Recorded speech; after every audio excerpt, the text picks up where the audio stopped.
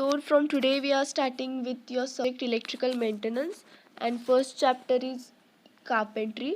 So why we need to understand or learn chapter carpentry? So basically we require carpentry tools for electrical installations, and also we require during wiring in workshops.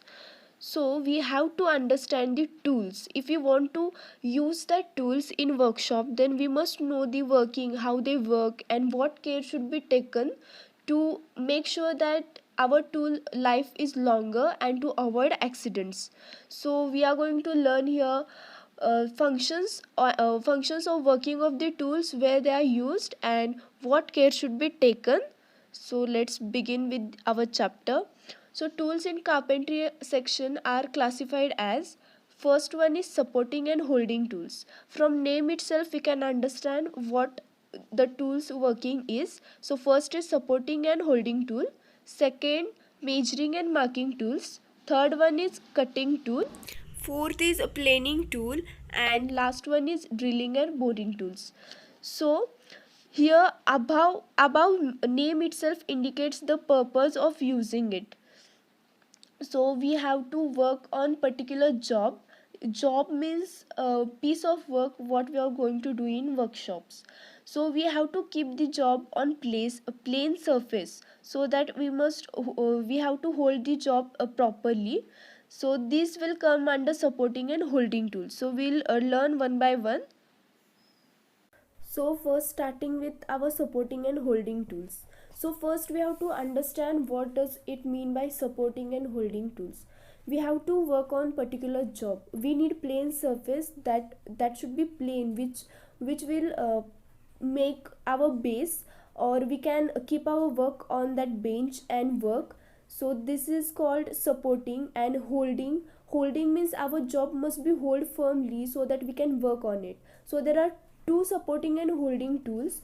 First one is workbench and second one is clamp and vise. So first we'll go with workbench. I'll insert the image. So description of this workbench is a bench on which the work can be placed. As I said, we have to place our work on particular plain surface so we can work on it. For why we place it? Because we have to work on it. We can smooth the surface or drill whatever work we have to do on our job. So we require surface.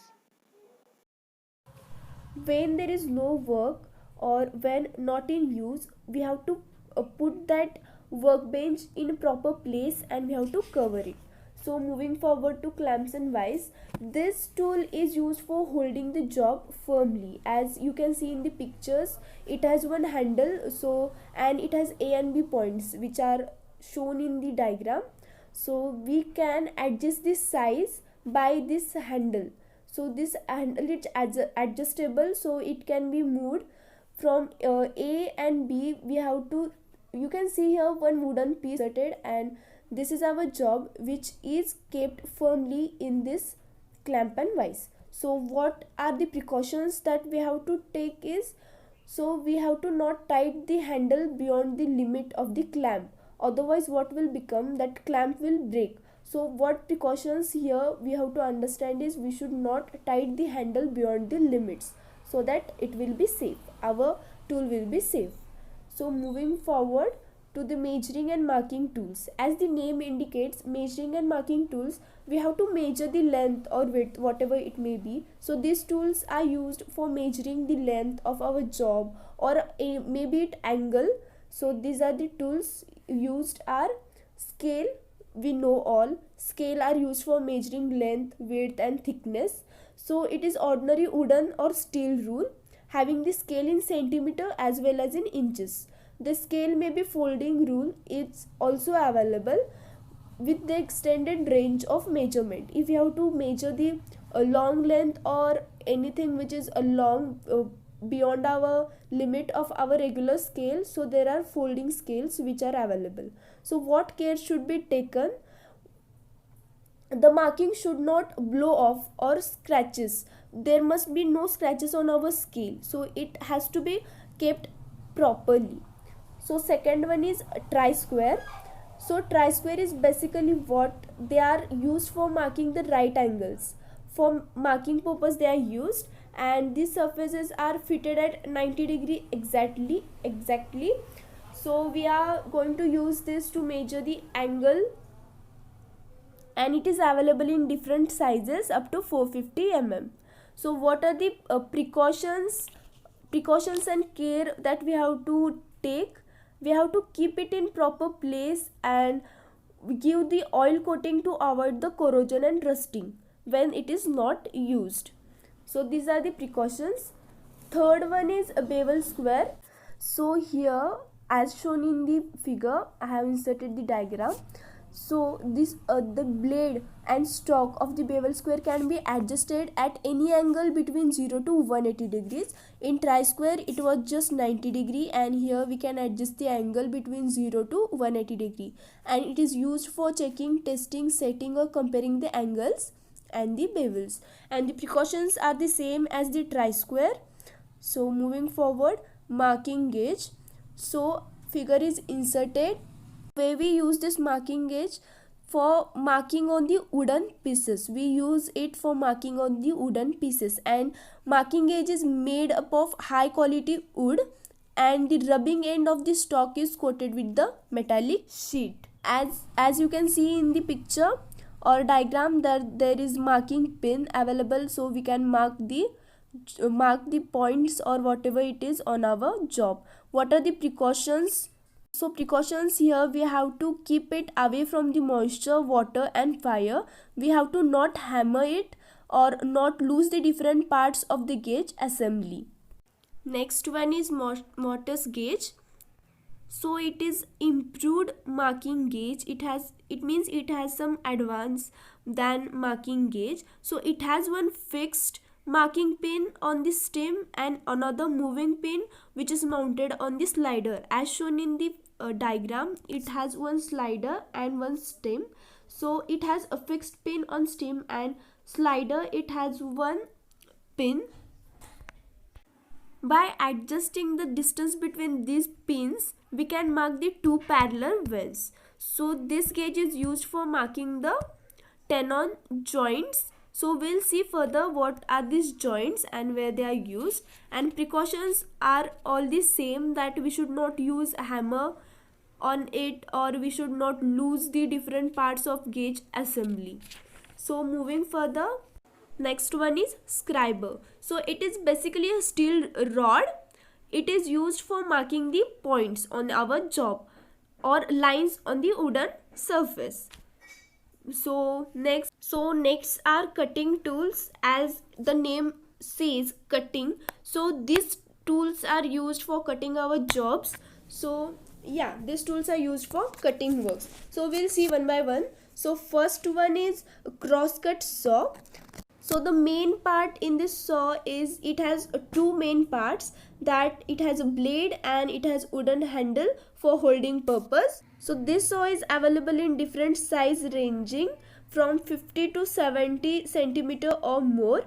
It has 3 to 4 cuttings teeth in 1 centimeter. So what do you mean by cutting teeth? So you can see in the diagram there are like zigzag lines which are main purpose for the cutting. So these are called teeths. So there are 3 to 4 cutting teeths in 1 centimeter. Can you understand this meaning, that it has 3 to 4 cutting teeths in 1 centimeter? So if anybody has done this cutting work, then they know we have to apply pressure and push it forward so that wood is cut. So this saw is called as push type saw. So this saw is basically meant for general purpose working or cutting the wood. So moving forward, so next is rip saw. So it is also one of the push saw types as described before. So rip saw is used for cutting wood or other heavy cuttings. Its length is about 70 meter and width is about 8 centimeter near the handle. It has 2 teeth per centimeter, and above crosscut saw it had 4 cutting teeth in 1 centimeter and it has 2 teeth per centimeter. So now we'll see the precautions, what precautions we have to take. So the cutting edges of the saw becomes blunt. That means there will be no sharp edges left and there will be no cutting uh, will take place. So these saw teeth should be reshaped and reset again for cutting action. So moving forward, next saw is tenon saw. So basically it is a rectangular shape as shown in a diagram, and it is available in different size ranges from 20 centimeter to 40 centimeter, and width is from 6 centimeter to 10 centimeter. So to remember this saw, you have to understand or remember the size ranges of different saws and how many teeth are there in particular 1 centimeter. So in this saw it has 5 to 8 teeth in 1 centimeter. The cutting obtained by this saw is accurate. So we have to use this saw when we have to cut the small straight cuts of tenon, or if you want the accurate cutting. So precautions are same. So we have to avoid it from corrosion, rusting problems, etc. So moving to next, it's compass saw. So length varies from 25 centimeter to 40 centimeter. A diagram is shown. The blade is a tapering and flexible, so it means that its blade, whatever we use for cutting, it's a flexible. So moving further to chisels. So first one is a former chisel. So it is general purpose chisel used to remove the material to form a groove. So basically it is used to where we have to cut the narrow sections or like that. I'll insert the picture. So what care should be taken? So cutting edge of the chisel should not get damaged, and while grinding the chisel, coolant we have to use because it produces heat and we need to remove that heat. So we use coolant, and that coolant we use is water. So next one is bevel edge or door tail chisel. So this is used for delicate work or for better accuracy where the ordinary chisels are not able to use. This chisel is useful in corner cuttings and joints. So remember, just this chisel is used for cutting the corners and the joints. So here also precautions, what we have to do, we have to oil it when it is not in use and cover the both the sides to avoid the corrosion.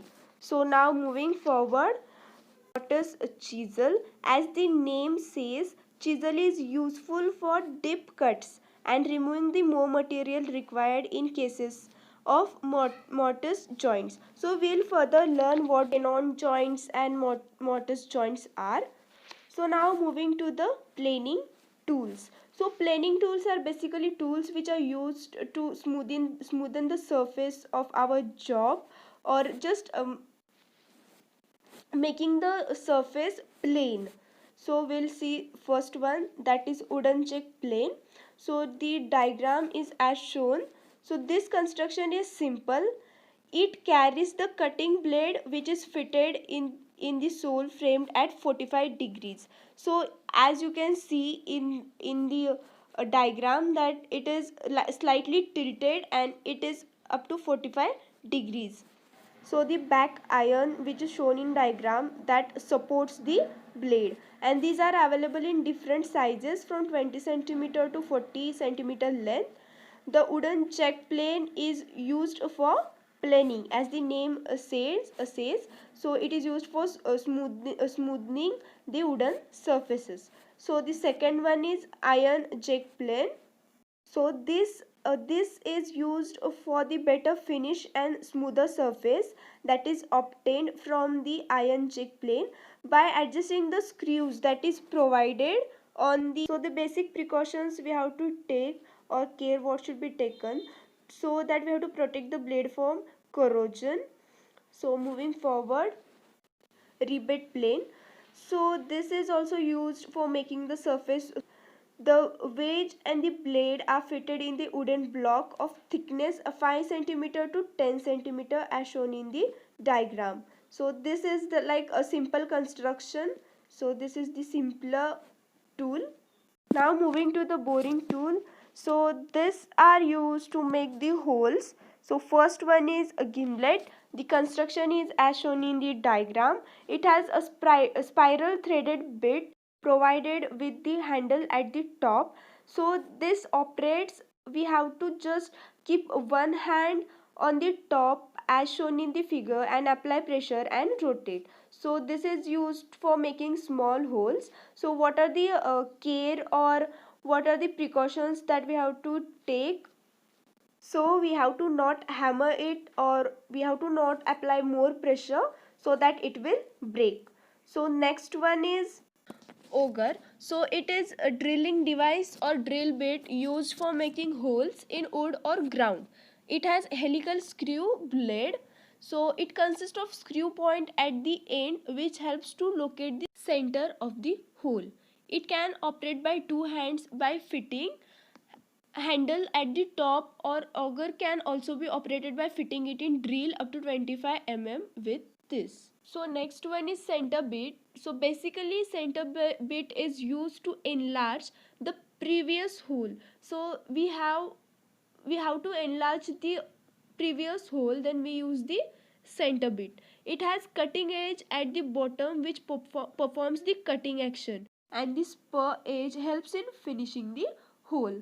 The sunk bit is used for countersinking operations of previously drilled hole.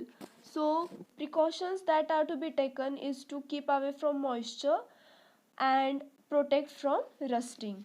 So next is a brace. So it is a simple kind machine which is used to drill the small holes quickly. So what is the function or what is the working? So as you can see in the diagram, we have to press it from above and rotate it, so it will drill the hole.